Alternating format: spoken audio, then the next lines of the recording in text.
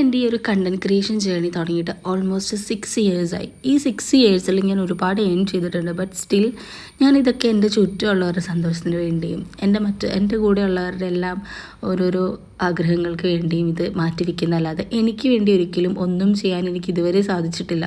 ഓരോരോ ബാധ്യതകളും അതും ഇതെല്ലാം കാരണം എന്നും എൻ്റെ കയ്യിലുള്ള ഏണിങ്സ് എൻ്റെ കയ്യിൽ നിന്ന് തീർന്നു പോവുകയാണ് ചെയ്യാറ്. പക്ഷേ ഇത്തവണ എനിക്ക് എന്നെ ഒന്ന് പ്രയോറിറ്റൈസ് ചെയ്യണമെന്ന് തോന്നി. ബിക്കോസ് നമ്മുടെ ലൈഫിൽ ഓരോ കാര്യങ്ങൾ നേരിടുമ്പോഴാണ് നമുക്ക് ഓരോ ലെസൺസ് പഠിക്കുന്നത്. അങ്ങനെ എപ്പോഴെങ്കിലും എനിക്കിപ്പോൾ കുറച്ച് നാളായിട്ട് എൻ്റെ ഒരു പ്രയോറിറ്റി ഓഫ് കോഴ്സ് ഞാൻ തന്നെയാണ്.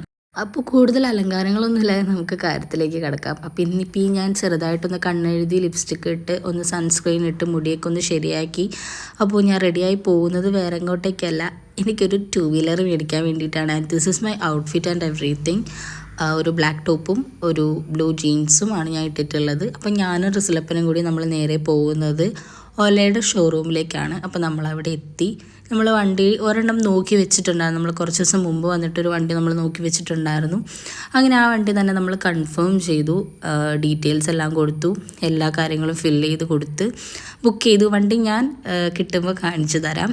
ആൻഡ് നല്ല പനി ഉണ്ടായിരുന്നു അവിടെ. AC-യുടെ താഴെ 2 മണിക്കൂർ പിന്നെ പനി കൂടി. പിന്നെ നേരെ പോയി ഫുഡ് കഴിച്ച് നമ്മൾ വീട്ടിലേക്ക് പോയി. അപ്പോൾ അത്രേ ഉള്ളൂ. ബാക്കി വിശേഷം അടുത്ത വീഡിയോയിൽ.